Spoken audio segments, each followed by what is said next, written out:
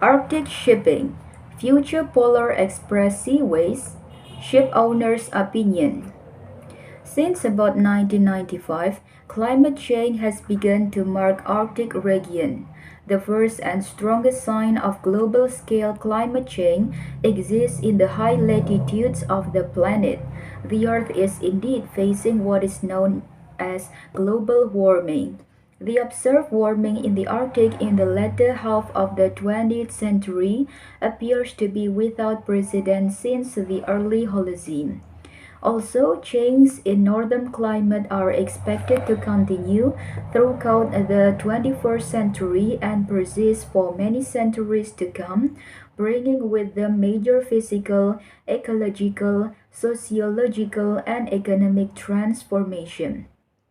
With the world economy continuing to grow rapidly, driven in particular by fast economic takeoff in countries such as China, Brazil, and India, these climate changes are likely to rush the Arctic's development and ushers in a new phase of globalization. Meanwhile, demand for energy, oil and gas, and raw materials like iron, nickel, zinc, and etc. is increasing. This contributes in part to explain the rapid rise in prices of many commodities which has been observed in recent years of strong economic growth. As for crude oil, in its 2008 World Energy Outlook, IEA projected an average price of $100 per barrel up to 2015, rising to over $120 in 2030.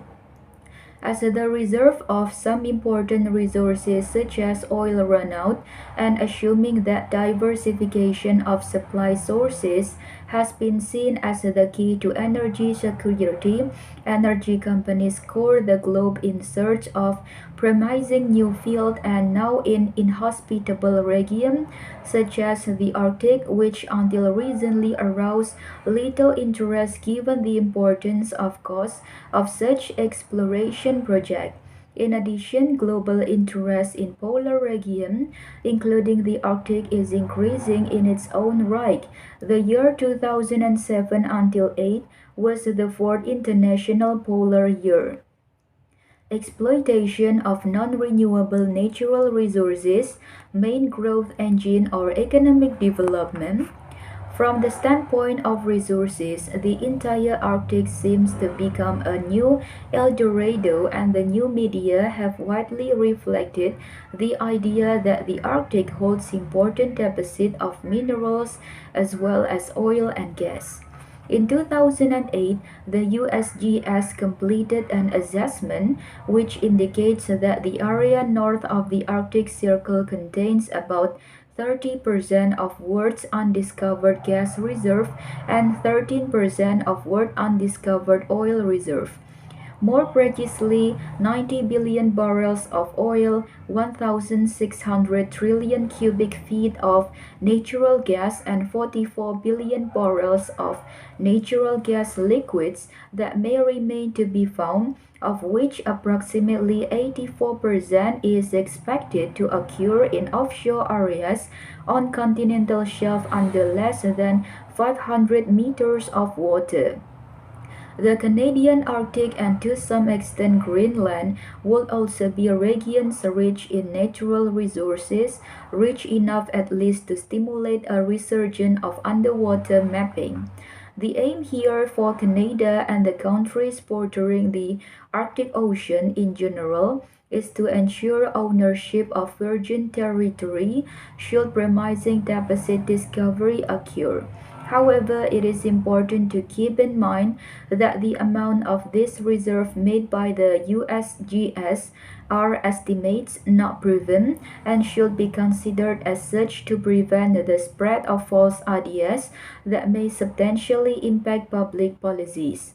It suffices here to think of the occasional alarming tone used by the press to portray the geopolitical economy of the Arctic. Overestimated reserve might also mislead government. Politicians and the press often forget to point out that almost all of this reserve, 95%, would find themselves inside non-contestable exclusive economic zone of countries bordering the Arctic. That said, any tension or hostilities, the media often refer to them Cold War arising from the ownership and control of these resources are unlikely in the near future. It should also be noted that these potential deposits are actually significant but still modest compared to the proven reserve of Saudi Arabia, about 3 times larger, which are technically easier to extract. Current climate change could indeed authorize new ambition and make the Arctic more accessible to exploration and extraction of these raw materials, both energetic and mineral, keeping in mind that industry interest is a necessary condition for development of Arctic resources. It is these resources that could be at the heart of issue related to tomorrow's Arctic shipping, and it is necessary to take note of the nature and extent thereof. We focus here in a non-exhaustive way on the resources of the Canadian Arctic, Greenland, and Russia. Energetic resources. First, in regard to energetic resources, that is to say, oil and gas, those located within Canada are distributed in 3 areas. The first is the region of the Mackenzie River Valley and coastal land in the Yukon. The second is the Arctic Island, and finally the third in the Mackenzie Delta and Beaufort Sea. Discovered resources in excess of 1 billion barrels of oil and 10 trillion cubic feet of gas in 60 significant discoveries. Several exploration licenses were sold to oil companies by the Canadian government through Natural Resources Canada and NDC in 2007 and 8. In 2007, Imperial Oil and Exxon paid $585 million for a single exploration block in the Beaufort Sea, 120 kilometers offshore, while in June 2008, the British giant BP announced it would spend $1.2 billion to be entitled to a block in the same region. The North American Arctic is clearly in the crosshairs of the industry, and it is only a matter of time before the starting gun of a new era of energy exploration in the far north is heard in corporate offices.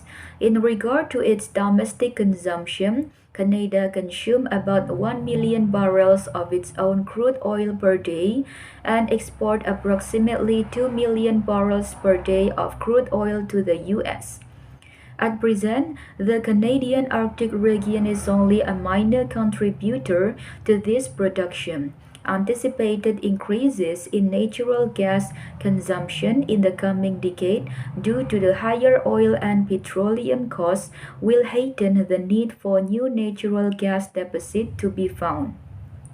The case of Greenland seems limited. Exploration is focused now on its western coast. Trials in 1976, 1977, and 1990 had proved negative, but the demand and high prices have encouraged the autonomous government to revive the exploration. In July 2002, 4 waves of selling new concessions have been held since. With regard to Russia, the extent of its reserve of energetic resources make it the main Arctic hydrocarbon reservoir of tomorrow, which explains its interest in Arctic exploration and exploitation. Nearly 80% of oil reservoirs and 90% of gas reservoirs of Russia are found in the Arctic. Russian firms no hydrocarbon deposits lie in the Barents and Kara Seas and are considering exploring the East Siberia Sea, where data are lacking. For example, the Stockman field or Chokman in the Barents Sea, about 500 kilometers outside the Russian border, by 350 meters deep, is 10 times more abundant than the Snowfit project operated by State Oil, north of Hammerfest, and might constitute the largest natural gas reserve on the planet. Thank you.